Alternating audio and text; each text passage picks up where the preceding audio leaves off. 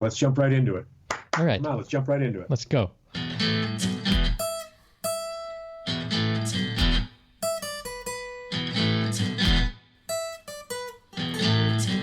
There you go. Oh, ho, ho. Dennis, happy hour to you, my friend. Oh, thank God. What a fucking week. Here it is, happy hour. I've hardly drank a drop of scotch for a week. Beer, on the other hand, has been flowing freely. I feel like you get this point in the summer, you have this throughout your life, where one day, it's a nice summer day, and the weather's perfect, and you're thirsty, and somebody gives you a nice cold beer, and you just love it. And you love it so much that you just drink and drink and drink. Mm-hmm. That's the way it's been all summer. Yeah, there's nothing better than the first sip of a cold beer on a hot summer's day, especially if you've been out actually doing stuff, not just getting up off the sofa to go to the beer cabinet. Right, a bit of a happy hour on a daily basis, as you might say. But I've whenever I go golfing in Spain, where we are carrying our own bags and walking for 5 hours in the sun, and that first beer is just the most glorious thing ever. It's like, yes, this is life. Yeah, amen. To be lived to its fullest. There you go.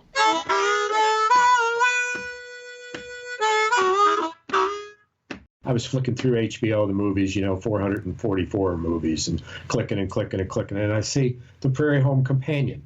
And I look, and sure enough, it starred Garrison Keillor as Garrison Keillor, and Meryl Streep as one of the two Joneses sisters who were singers. Her other sister is Lily Tomlin. And Lefty and Rusty, the two singing cowboys, are played by Woody Harrelson and John C. Reilly. Oh, my word. And the fumbling detective is played by Kevin Kline in a very Clouseau-like playbill, but it's a screenplay by Garrison Keillor and directed by someone else. It was just so enjoyable.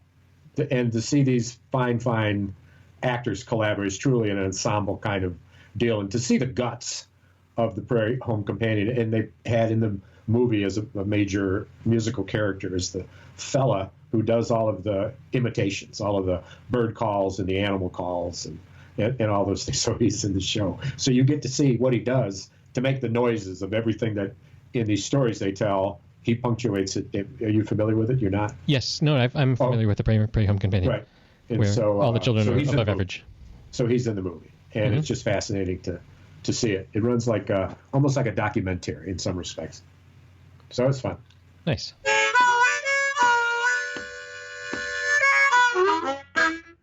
So I went with my family on a hike this weekend. We looked up the local hiking trails, and we found one, but found one as in we a couple of months ago, we got a little booklet of hiking trails, and so we chose one. And then I went on my phone and I said, show me where this hiking trail is, and it opened up this app that I have that shows me where it allows you to sort of record your progress on the trail. Oh, and save it as a favorite. Me this app before. Yeah, and save it as a favorite. Save it as a favorite hike or whatever. So anyway, we get to this little town, and it wasn't really obvious where the trail started from. I looked at the drawing on the piece of paper, and I looked at my map on Google Maps, and it was clear that we were going to be following this river, because the idea was to follow the river up to where the river is born. There's this river that runs by my little village, out into the sea. About a 30-minute drive away, you can get to where the river comes out of the cliffside and starts. Oh, no shit. Yeah. So it's an underground river that well, yeah, I mean it comes out of Wow, that's fascinating. Right. So we went and we parked at some point near the river where we knew we could follow the river up to where it is born, and it's actually a really impressive waterfall. It comes out of a cliff and falls down to this place, and then the river starts. Right. So we went and we parked at this place, and we were going to follow the river, and we started walking, but the GPS on my phone and the app told me that we need to be walking up this sort of this highway. There was no shoulder on this road, and we were sort of walking up along the river. We could see the river down below, but we were walking on this there was no shoulder on this road, and a Right. car would come by, and we'd have to like all stop and get up against the guardrail for the car to go by. Oh, And, no shit. And How fast do the cars go? 40 to 50 miles an hour, I would say. Shit. And so, You don't want to stumble. right. And so my wife and I both had this sensation of, this is not the hiking trail. This is like, we're on the wrong place. Yeah, And this so we had a little bit of a discussion, and we were like, do we keep going? Do we go back? Do we just call it a day and quit? Or what do we do? And so we walked a little bit further, and then we decided, no, we need to go back. Yeah. And we went all the way back down following this road with several other cars going by. And we got back down to our car, and there was a guy there at his house near our car, and we said, hey, we're looking for the trail that like follows the river. He said, oh no, you got to go across this bridge, and then you can go up. There's a trail that follows the river. And so like we were on the right side of the river, and we need to be on the left side of the river. So if you would have kept walking, you eventually would. No. So but where we parked, we had to go and cross a bridge, and then on the other side of the river there was a hiking trail. And so we followed that, and that was lovely. And you got to the falls? No, that would be the ultimate, but we sort of got lost because the trail was really poorly marked, and we asked a couple of people along the way, and they were like, well, I don't know, maybe keep going this way. And Right. Well, you were going upstream, right? Right. We were following the river, so- but at some point, like we followed the river until we got to a point where the trail ended. Like there was a trail that followed Right. along And then the side of after the river. that is the deer trail. No. Like it ended, and I know. there was no more trail. Are there deer trails in the woods There, or animal trails? I suppose. You look around? We didn't really see much in the way of fauna on our hike, aside from the cows and stuff that were nearby. But anyway, we failed to get to our destination, but we had a lovely time, and we sounds walked great. along the river, and Sounds it great. was Well, it gives you something to do again now that you know how more quickly to get there and right what you're headed toward. where not to More go, crap. and also Yeah. but also we know what paths not to go down. Right. So yeah, that's another excursion for us to do in the future. But it was a good day out.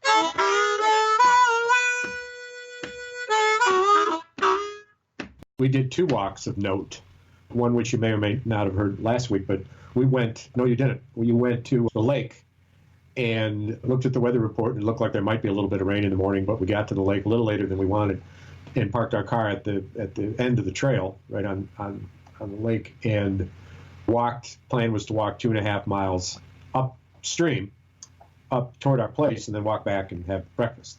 So we got about a half a mile into the 2.5 miles in, and it started like to downpour, and we ended up underneath these huge bridges that the interstate went over. They're very, very high, and water pouring out of them from the deluge directly into the river through a drain, like a little mini waterfall that was both wondrous and looked disastrous in terms of the shit that was coming off the cars and the road and going directly into the river. But we got drenched, but we each had a change of clothes, and so we redid that this past Sunday, and it was a lovely day.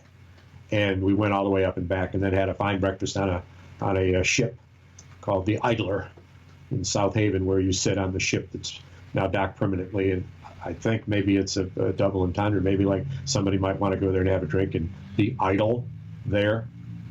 I mean, the boat is idling. And so is the man. And so it's odd, isn't it, that they're both idlers? I don't know. I did. Idle. It was lovely, but and it was good masking and good cleanliness and throwaway stuff. And strangely, though, let me say this about that. And we're very happy. I want to take it away from this, but here's the thing: back in the day, and on the menu still, they're known for Bloody Marys on Sunday. And they back in the day, and still in the menu, they had a Bloody Mary bar, which was all the Bloody Marys you could drink for like $12.95. And you go to this bar, and there's 15 different condiments and sauces, and they just give you a bottle of or a glass of ice. $13 for all the Bloody Marys you can drink. Yeah. Holy shit. Yeah. Well, people drink 1 or 2, for the most part. That's some. But you go to the bar, there's cheese, there's salami, there's shrimp, there's pickles, there's olives, three different baby. kinds. There's horseradish, there's Worcester sauce, there's Tom's hot sauce. There's everything you can think of, and you just add to big hunks of celery and young whole onions and on spears and pieces of bacon and the ability to build a tower of shit. Tower of shit.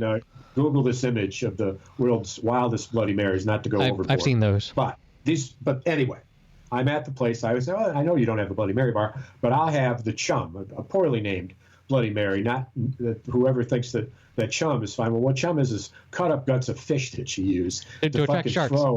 Yeah. You know, and it's a terrible Chum. name. And I said something when I ordered. I said the inappropriately and disgustingly named Chum Bloody Mary. Wow. And she came back and she said, oh, you know, we don't have the Chum. We don't have the stuff. I said, well, probably all for the better. I'll just have the regular. And it came with a pickle in it, and stuck in the pickle was an umbrella. And I'm like, what the fuck? Where's the green olives? Where's the pickled beans or the little tiny corn things that you can eat like a raw corn? Or where's my garnish? Yeah. What the fuck? And I just said, hey, do you have some olives? I mean, this is simple. It's a bar, after all. Mm-hmm. And she comes back and she says, we don't have any olives. And I looked at her, and the first thing that flashed in my mind was, oh, wait a minute. You're telling me on a boat that's stationary with a bar here, connected to a bar, that in neither one of these bars that you're running all day today, you don't have any green olives? That ran through my mind. What the hell, man? Which would have been confrontive and would have embarrassed my spouse, confrontive? of course. And then another thought ran through my mind to say, to quote from a movie, perhaps, to be funny, like The Family Man, The Christmas Story, where he fingers through the clothes closet of the guy he replaces, and he just touches the shitty clothes and says, subpar. Yeah. I didn't do any of those things. I just said, okay, what the fuck? Thank you. What's that, crazy? Yeah. Am I expecting too much? I mean, you go in with hopes of a Bloody Mary being 60% food and a little bit of drink, because you've seen. I didn't think that. Because you've seen these images on the internet of like cheeseburger sliders hanging off of a Bloody Mary, and you think, oh well, why is there no Vienna sausage in my Bloody Mary? But hey, where's the raw green onion? Right. Because I like to nibble both on the end with a little salt and also chew up the greens and chaw it like a freaking cud. Right. Where's my... The idea of a cud is an interesting thing that you chew, and you kind of swallow it a little way to what is your first stomach, and then a little later you kind of cough it up. Mm-hmm. Then you chew it some more. And so somebody will come over to the cow and say, hey, what you doing? The cow will say, chewing my cud. And that's where the saying comes from, chewing my cud. Indeed. As you might remember, my wife is a veterinarian that has studied cows, and she knows all about the four stomachs of the cow. Yes, often tells our children about that. But what I love about that is that it's where we get the verb to ruminate, as in to like sit and think about something for a long time. Chew it over again and chew again. it over again, and like you think you have this problem solved, and then you cough it up. You cough it up again, and you have to chew on it some more. Pop it in your mouth, and you need a drink to wash it down. That's right. It's not so much about. I was thinking more like of a thoughts. hairball. Mine's like a hairball. Yeah, but like if you have a problem that you can't stop thinking about, like we call that, you're ruminating on that. A naughty problem.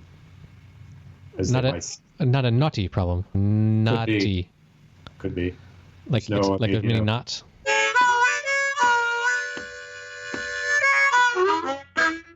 I saw Borat, or what's his name, the actor. Borat? Yeah. God, I'm sorry. I'm so terrible when I start recording about names. Sacha Baron Cohen. Yeah, Sacha Baron Cohen. And he's interviewed as himself, and you never get to see him when he's just himself.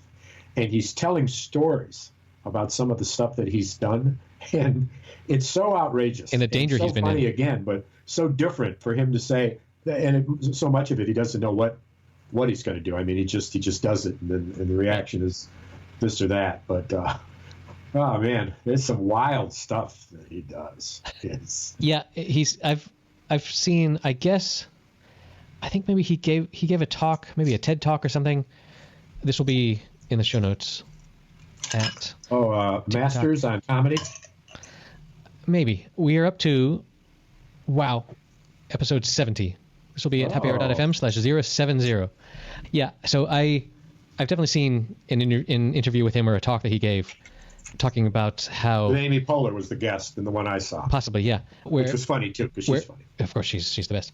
But just about how he definitely has feared for his life in his, like, he, you know, when he goes to a place that is so homophobic, and then is like, hey, you want me to suck your dick? Eh? We can do that, eh? And just like how fearless he is in that, and how he could totally have just been beaten to death so many times by being that provocative. You see the character he has in the wheelchair, who's a kind of a Trumper character, kind of a Confederate Trumper in a wheelchair, and he gets these interviews with legislators. Not Rand Paul is one of them. Yeah, that was a thing from last year where he did that.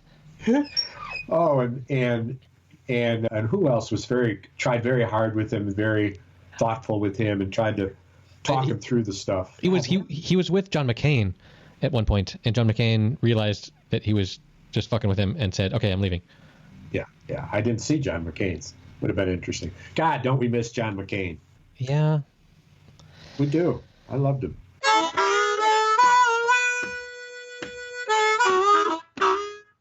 So I heard some thoughts today about how Trump is not having fun anymore. Right. Like the way that Trump has fun is having his rallies, having people be there, being yeah Trump, yeah I love you, him.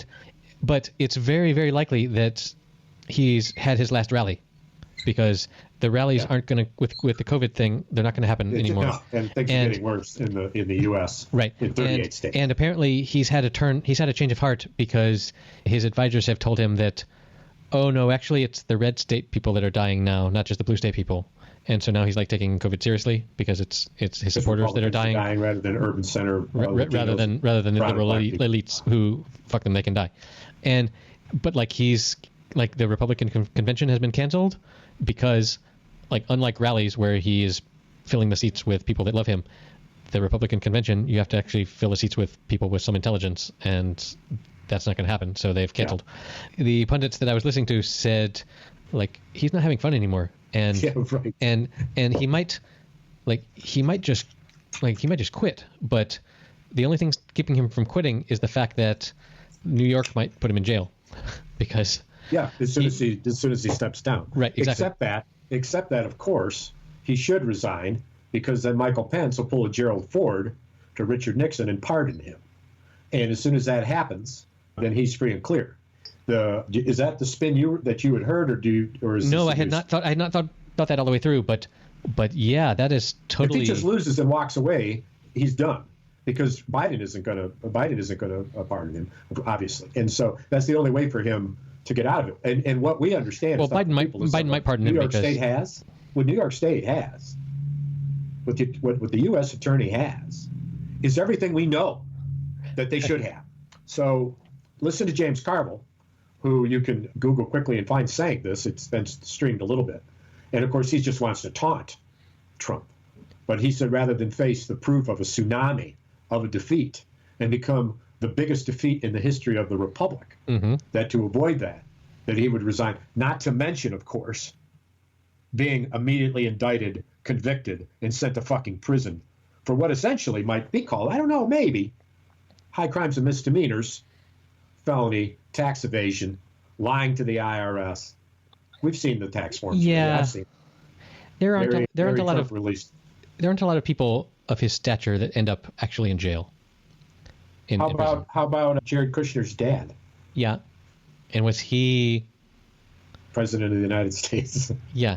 So I'm just no, but I think that since he can't, then we shouldn't be held to some historical standard of thinking that there's ever been anything like this in the history of our republic. There hasn't been. And so just as the new normal is one that he's created, that new normal creates for us on the other side of that coin a new normal where, for the first time in the history of this country, a former president of the United States goes to fucking prison. That's why he's going to quit, though. He's going to resign.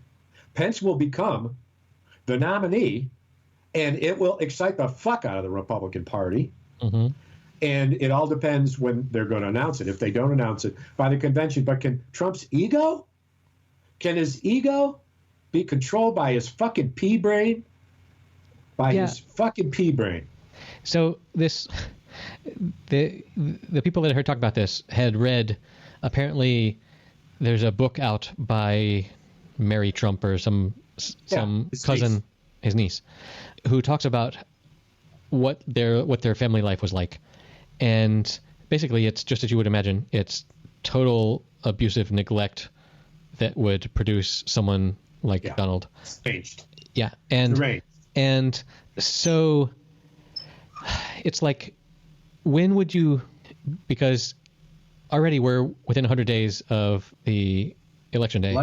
Less. Within 100, I said. Within, yes, right. And so it would be like, what would be the optimal time to get off the throne and let Pence presumably be the presumptive nominee? The day before the election. I'm sorry. The only thing that will convince Trump that it's over is what it looks like the day before the election. He's gonna resign when like as soon as all of the results come in that shows that he has lost, he's gonna resign. No. Before that. No. Yeah. A day before? Oh yeah, because he wants to try to weaken the I wasn't even trying. I wasn't even running. What the hell? No. Why would I want this? Why would I want to run? I wasn't on the ballot. Right. I wasn't even on the ballot. That's a very important word. Except that you were. Big meaning. Right. Big word. Yeah. So you got to put up on our website that Dora. What's it called? Yes, I sent that to you. It was so for people that have not had a small child in the age of Dora the Explorer. Dora is so annoying in that she does this thing where she talks to the child that's watching, and she says, "Okay, so now we're gonna go to the lake, and then the bridge, and then the mountain. Say it with me again: lake, bridge, mountain." And the child, in theory, is supposed to be there like, lake, bridge, mountain, and so like that's and for sure sounds strangely like Count Dracula. Yeah, and I swear to you, my children have vocalized towards the television at Dora, responding to this, and anyway, there's this sort of what's the fucking word? A mashup where someone has put together Trump talking about the answers to his so-called intelligence test, where he has to say these words like, "Can you help us?" Yeah. Can you say person, woman, man, camera, TV? So it's person, woman, man, camera, TV. Hooray! Person, woman, man, camera, TV. Again! Person, woman, man, camera, TV. One more time! Person, woman, man, camera, TV. We did it! We did it! We did it! Yay! Because I'm cognitively there. What's amazing about this thing that makes it outrageous is the fact that Trump hesitated to remember these 5 things. And the tape that they play again and again and again is that hesitation where you can see his eyes fluttering because he's trying to make sure that he gets it right. It is fabulous, and I sent it to Grandma to share with our granddaughter because it's child friendly, isn't it? It's so representative of this time where the president is so pleased that he is at a first grade level and can like repeat 5 words back to the teacher. Yeah. And it's just like, wow, this is our world. It's our world.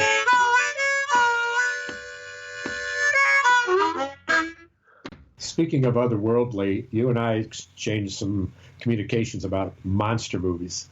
And I sent you a link to A Monster Calls, and you sent me a link to The Monster Killer. Is that correct? It's a movie called I Kill Giants. Oh, I Kill Giants. I Kill Giants. And I don't know, I chose this movie just like it was available to me, and just like a year ago, and I was like, well, I don't know anything about this movie. I'm going to watch it.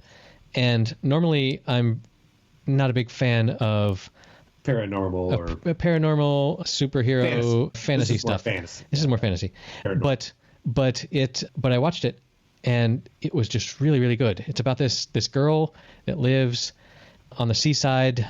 I'm going to say maybe Maine or somewhere in New England, and she's sort of a freak among her middle school classmates because she's obsessed with this idea that there are giants that in the forest that must be killed.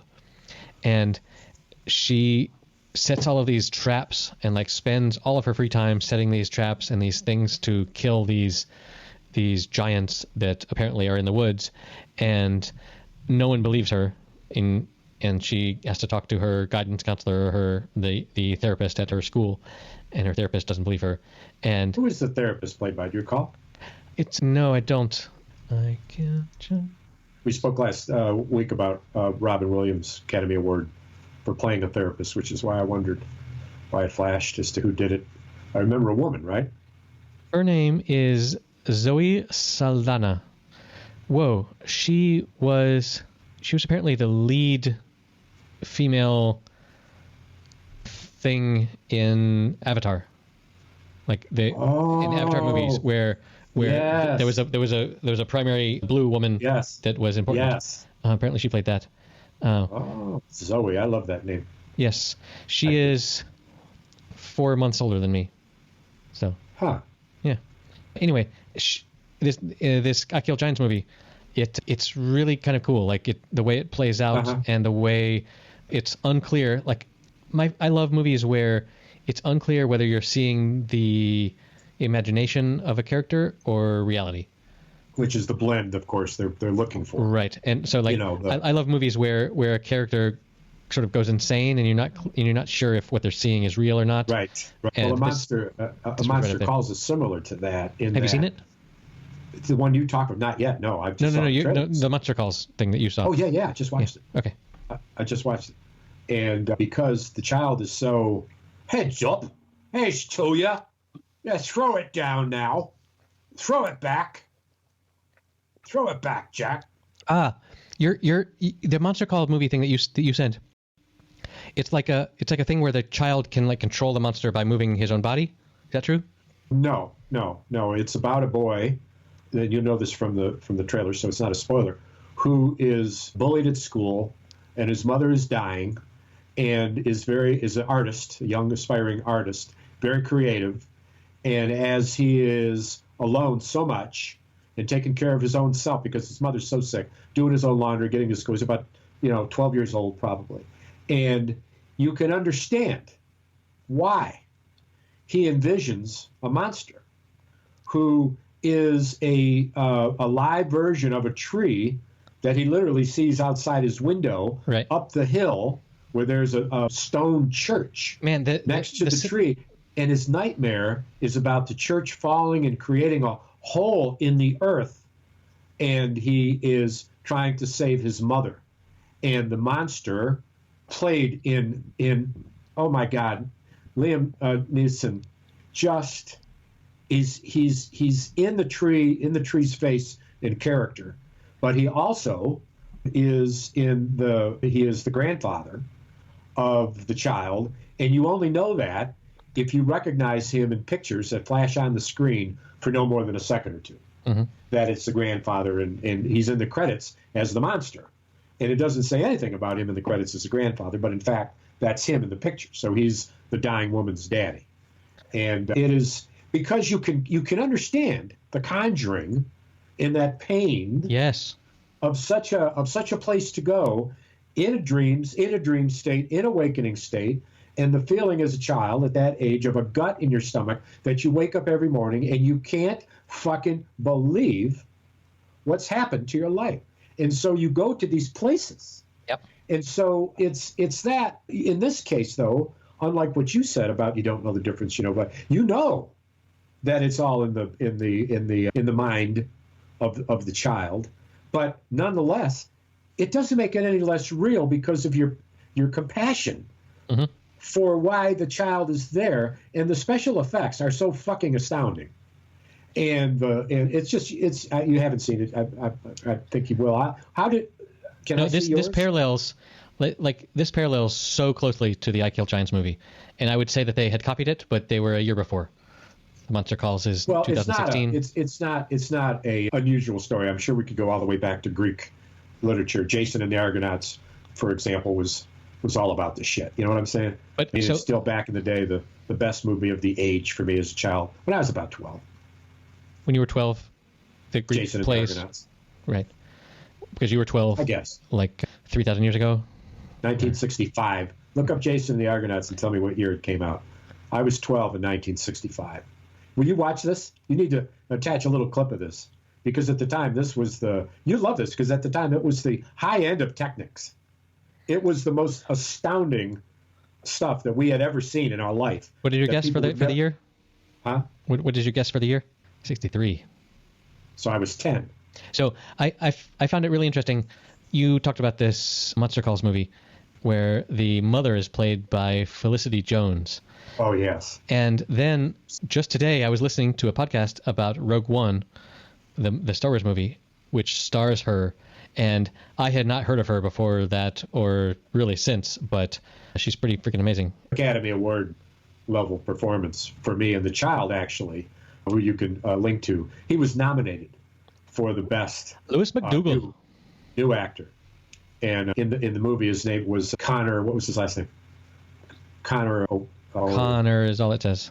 Oh, okay. Well, he was Connor O'Flannery or something like that. But Liam Neeson in his legitimate, obviously Irish brogue, as the monster is the tree, and I love the actor. In fact, it's strange, but when you're blasting through 454 movies to pick one. Mm-hmm. And I just watched a movie, and I don't know if I've ever even mentioned it to you, is called The Gray, and it's starring Liam Neeson. It's a movie about a plane wreck where Liam Neeson, who is a sharpshooter for an oil company and positioned to kill wolves before they attack the workers in the remote regions of Alaska, where he is in the plane that crashes and he becomes the de facto leader of a troop of an ever decreasing troop, of course, mm-hmm. of survivors. So The Gray. Oh my God! I've never heard of it. Oh, you're gonna like I see. I'm finding it now on IMDb. Here, but just brace yourself to be riveted for the entire. It's got to be. It's probably not a long movie. It's about 2 hours 10 minutes maybe, but it's astounding. It's gripping. 1 hour and 57 minutes. 2 hours. I should have guessed 2 hours. That's what I kind of thought, but I lengthened it in a second. Is this right? Is it 2 hours? No, it's a little longer than that. Well, no. So Liam Neeson has a particular set of skills. It's good enough. So there's another one that Liam Neeson, where he plays a driver of an Alaskan snowplower whose job it is to keep the deepest snow in Alaska from closing the roads. And the size of his plow is amazing. And I can't remember the town. It's I think it's Nantucket, but I think there once was a man from Nantucket who had a plow so big, you said, fuck it. As he said with a grin, as he drank down his chin, if the snow was sand, I would plow it. Nice. Yeah, he's got a bunch of movies. He's filming one called The Ice Road, which this seems to be like a thing of his to be like in the cold. Is that the one I'm describing? No, that's the one he's filming right now. Oh, yeah. There's one called Cold Pursuit, which a grieving snowplow driver seeks revenge against the drug dealers who killed his son. Cold Pursuit. Cold Pursuit.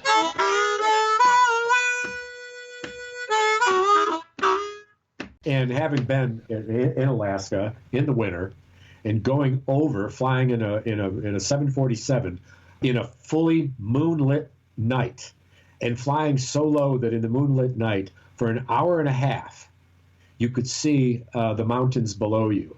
For an hour and a half from Juneau, Alaska, to Anchorage, Alaska. But so there's these roads that are in that, not that I necessarily went over. I'm not sure if this movie was set in Alaska. I think it was. Could be in many places.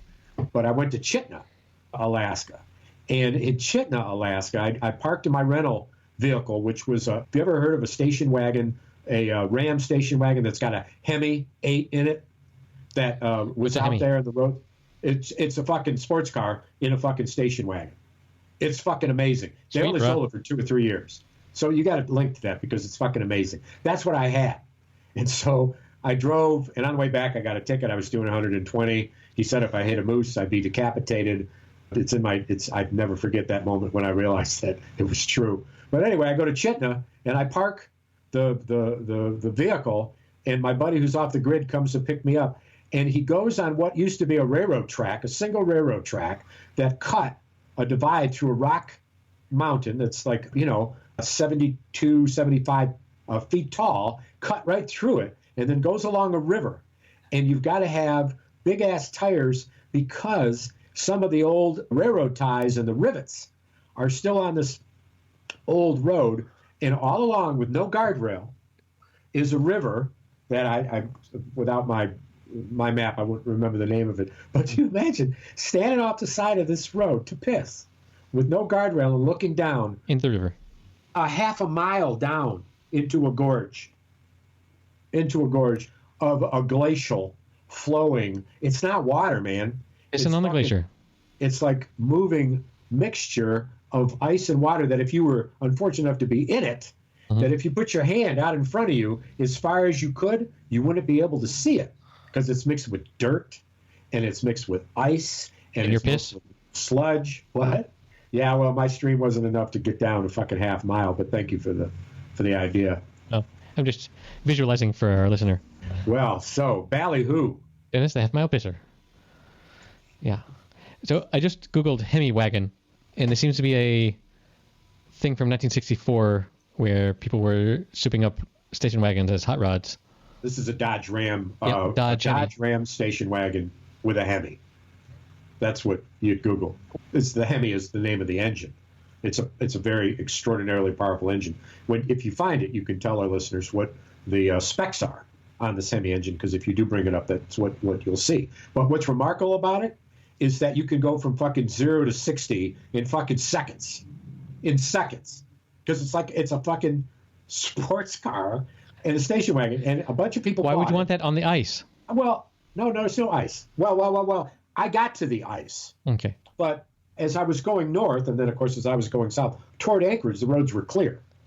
And as you got closer, deeper and deeper north into Alaska, in this time of year, it became ice-ridden. Hamburgers in the local joint that I Googled as I was getting ready to go there. Hamburgers in one of 3 places in this little town that I mentioned. I gave the name of it, but now I forgot it already. It doesn't matter. But one was a post office, one was a grocery store, one was a restaurant, and a hamburger in the restaurant was $24. $24. Knowing that everything that, so much of what Alaska uses and needs, it's flown in. Everything has to be brought in. And as I was driving too long to reach my destination, a town along the way, for my hotel, I was drowsy and it was snowing, big, heavy flakes. There was about 3 to 6 inches of snow on the road. So I was driving slow, and straight up ahead of me was a very young moose standing in the road, looking square at me. And I just stopped my car and watched. And then the moose walked away. And then I got to my town and checked in the hotel and arose. It was long. It's a long trip. It seemed to me that it was not it was like a day, over a day and a half. Chitina, Chitna, Chitina. That's the name of the town. Chitina, Chitna. You want to stick autocomplete to China, to Gina? Well, let's go there. Let's see. Chitina, Alaska. There's a tea shop there. Tea shop's new. Is that a restaurant? No. Well, tea shop. They sell any food, you could Google the menu. It'd be fucking $16 for a fucking croissant. So your question is from Anchorage to Chitina. The answer is 4.5 hours. So the reason I spent the night was because I left Anchorage after work at 5 o'clock and wanted to get a leg on the journey so that I didn't get there all tired. But I do remember arriving for whatever reason. I arrived at Chitina at 5 in the morning. It was still dark. And my buddy came and got me. Because in the summer, it's going to be bright at 5 in the morning. Yeah, no. It was in the winter. It was December. But there wasn't a lot of snow. In that case, at 11 a.m., it's going to be dark. But yeah. Yeah, let me think. When we got up to go check his trap line on his Ski-Doo, and it was close to dawn. It seemed to me that it was in the 9ish or 10ish a.m. So maybe your research can pinpoint this. But we both got on a Ski-Doo that had a faulty front end. And my friend is known for his many accidents over the years on horses and anything with a motor in it. And I think I've told you this before, but at one point it flipped over and I got thrown off and I missed a stake that would have went through my heart like some fucking crazed vampire fucking movie. Wow. And he lay there stunned, kind of like I was in the snow, and the machine had gone up further and then stalled, so it didn't land on him, which could have killed him. And he said, "Are you all right?" And he was facing straight up in the snow, looking straight into the sky. "Are you all right?" And I said, "Well, I think so." I landed on my side, and so I was kind of facing him. And it seemed to me for a moment he did an angel. And he said, "I love my life."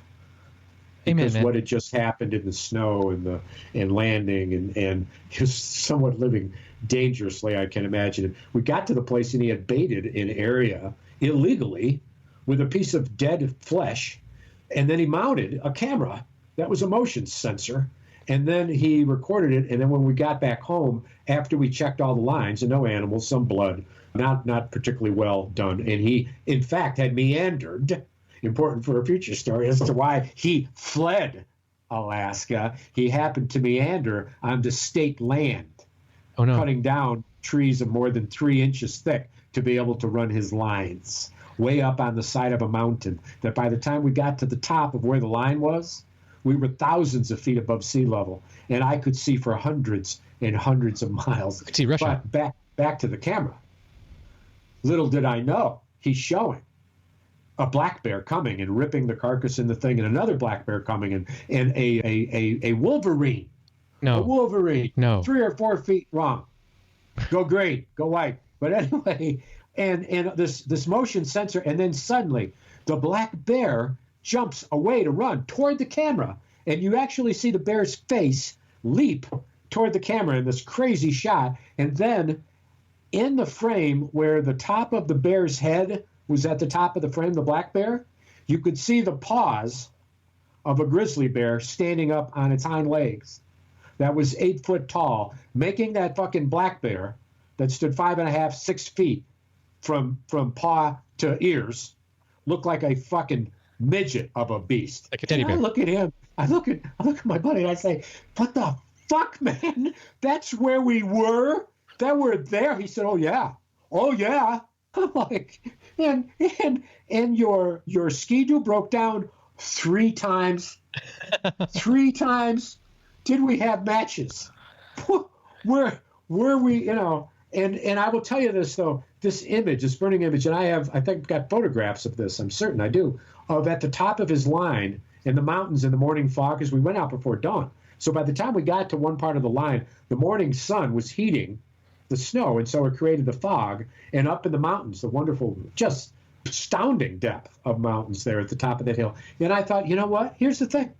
If that was the last thing I saw on this earth, if it was, it's like, oh man, I'm not in a hurry to go, but I saw this.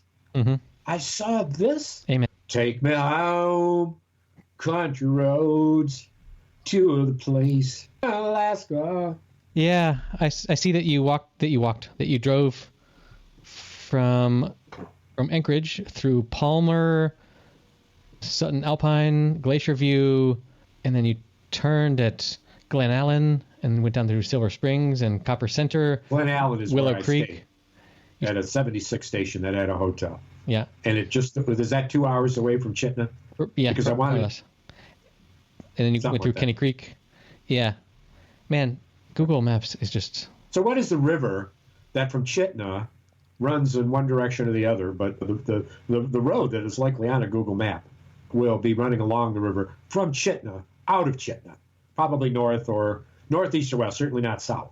Chitina is at a place where 3 rivers can join, and they are and they are frozen in Google Maps and not labeled. Not labeled? That's impossible. Well, that's impossible. It's what I'm seeing, bro.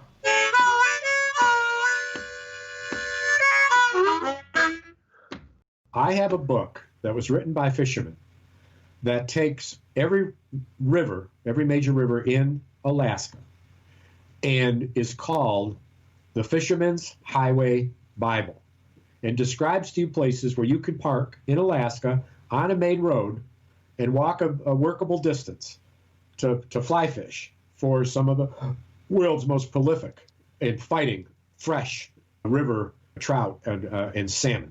And so when you're at Chitina and you're driving in one of these rivers, that if you do find it, I can tell you which one it was, that at one spot near a bridge, you could park your car and walk down that half mile, probably meandering a mile to the river. And it told you not only about the fishing hole down there, but what they caught it on, what the approach was, what the drift was, what line they used, what weight. I can't begin to tell you how impressed I am about this fucking book. I'm there and I'm driving, and the book says, look, go to this park, and you're going to see a parking spot. It's going to hold about 40, 50 cars. Go there. I get there, and I have a video of this, of being greeted by 12 turkeys that are following me everywhere because they've been training the parking lot to get food from visitors. And it says, look, you're going to see fishermen getting out and going upriver and downriver, which are both really good places to fish. And there's 3 holes upriver and there's 3 holes downriver where the fish congregate. Let them go where they go. You stay right there at the parking lot and fish under the bridge that you just drove over. And I went there and I did what they told me, and I bought lures that were 5 inches long, full of feathers, like some fucking ancient Indian fucking beast of an insect. And I caught 10 to 12 pound salmon for 3 hours straight. Wow. Flashing and screaming out of the water. This book, the fucking Bible, The Fisherman's Highway. I'll whether you remind me or not, I'll send you a link to this shit. For the fishermen who are listening, particularly those in Uruguay. Our hats off to Uruguay. We're breaking records there. Yes, the place is called Chitina, Alaska. I guess you could Americanize that to Chitina. That's the way they pronounce it, I believe. Yeah, it's located on the west bank of the Copper River, at its confluence with the Chitina River, on the Edgerton Highway, blah, blah, blah. And anyway, like on the Google Maps, it looks like there are like 7 buildings there, and the population is 126. So it is a tiny little town. But yeah, so they took, so the Wikipedia page talks about how they took the area from the people that lived there before. So when we drove to my buddy's, the $1 Million Bridge, remote. Oh, really? Where, over what? Crosses the Copper River 50 miles from Cordova. Yes, I fished the Copper River upstream from that bridge, and also downstream, where I didn't have much luck, but upstream I did, and I caught fish all day long. The Copper River is astounding. It's astounding. So when we got to the area where he lived, by then it was daylight, because we went bum bum bum bum bum bum bum bum over this road where the old railroad tracks was, going very slowly, and talking. And I had never spent more than a drink or two with this dude, man. He was my brother's good friend, and they traveled together and hunted together for elk, and they did all sorts of stuff together. So I didn't know him at all well, and so we were telling each other's life stories and stopping. And anyway, we get there, and it's kind of strange. You get in the middle of nowhere, and there's an area where, there's a property, and it's kind of alongside the road, and he says, that's my neighbor. And we turn right on of course, another dirt road, and we go down, and we're on his way to his place that I'll describe. But on the way there, on the right, is a homestead on a small river off the main river. And that small homestead is a 4-bedroom farmhouse with a bunk quarters that would sleep 5 or 6 workmen, and a barn, and a system of fresh water retrieval from the river for sale. And we go a little further up this road. And you bought it, and now you live there.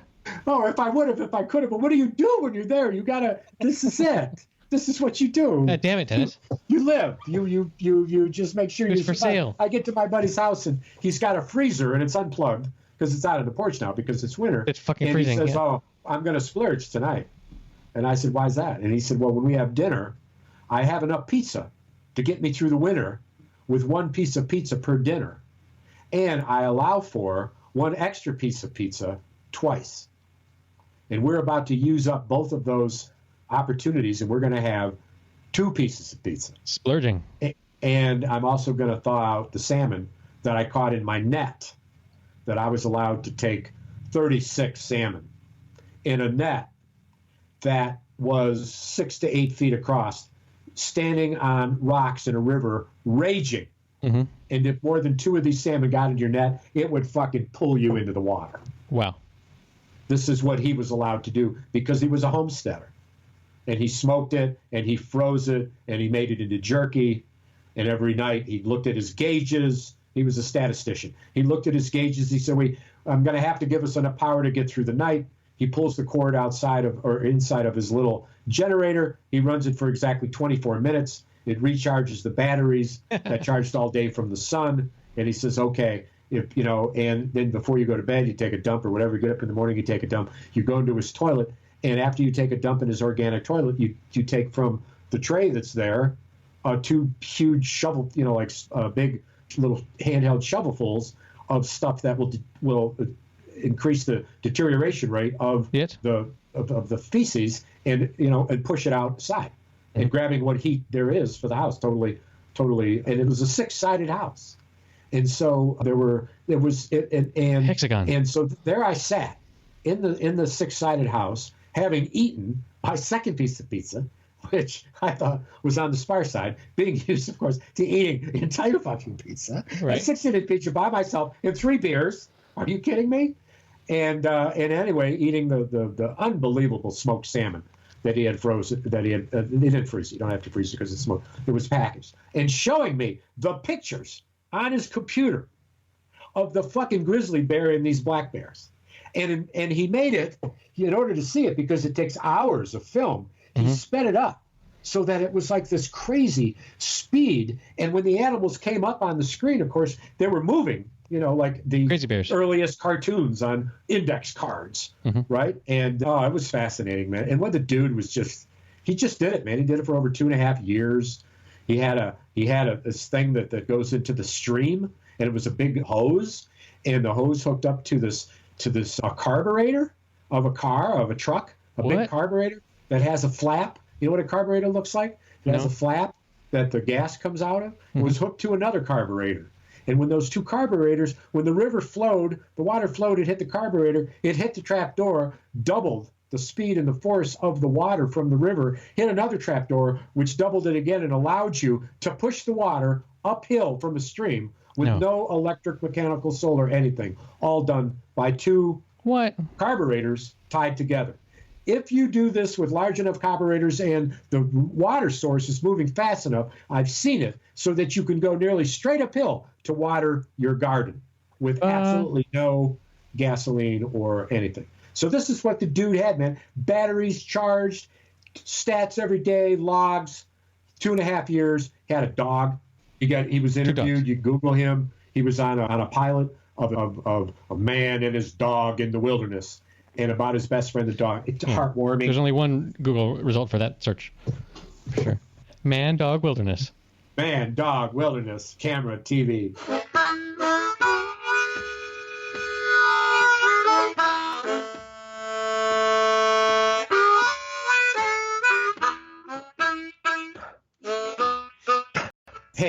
Hey.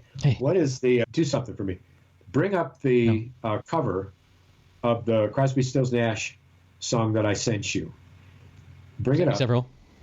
Well, I know I did, but you commented on one that was kind of funny. The Déjà Vu one? Yes, where you said, somehow I feel like I've already heard this. I thought that was a clever joke. I thought it was. You didn't comment on the other ones, but this one I wanted to particularly talk to you about because you're multilingual. And for me, who's not, I portrayed my entire Spanish ability when I said, ¿Cómo está usted? And you said, bien, bien. That's it for me. But what I love about this is the language of it. And so, can you play it? Because I want to hear it. So... Or is there a problem with that, technically? Yeah, so technically, legally... So I put these recordings, for some reason, up on YouTube where they receive no views or listens whatsoever. but YouTube notices every fucking time that I put in a thing that like Uses them. that is a known recording. But you have a certain length. One would think, but I don't know. Telecast. So, don't know? I thought you knew. Look, I promise our listener that in the show notes at happyhour.fm/070, I will put a link to this Déjà Vu video that Dennis is talking about.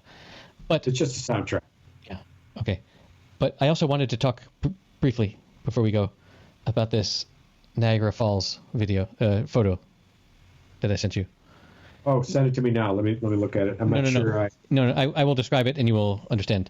It's this it's this photo where the where yes. the Canada side has 3 people on the boat, and the ferry US boat. side The huge is just jam packed 250 full person of ferry people. boat. Right. And Right. it's such an illustrative, if you will, illustrative photo of our current time, where a government with leadership is controlling their people in a way that a government without is not. And anyway, this is a article from The Guardian that I will put in the show notes. Oh, God. It's And so, give me a COVID-19, mate. Give me a COVID vaccine. I don't want to keep doing this shit. Give me a COVID vaccine. I'll take a double dose, boy. I'll be a clinical trial. I am just so sick of this shit. I haven't had fun in a while. Amen, man. See y'all next week. All right, that's it for episode number 70. You can find the show notes at happyhour.fm/070. We talked about a bunch of movies and things. You can find all the links in there or in your podcast player of choice if you can see show notes. You can help support us at patreon.com/happyhour. And I hope you're staying safe. We will see you next week.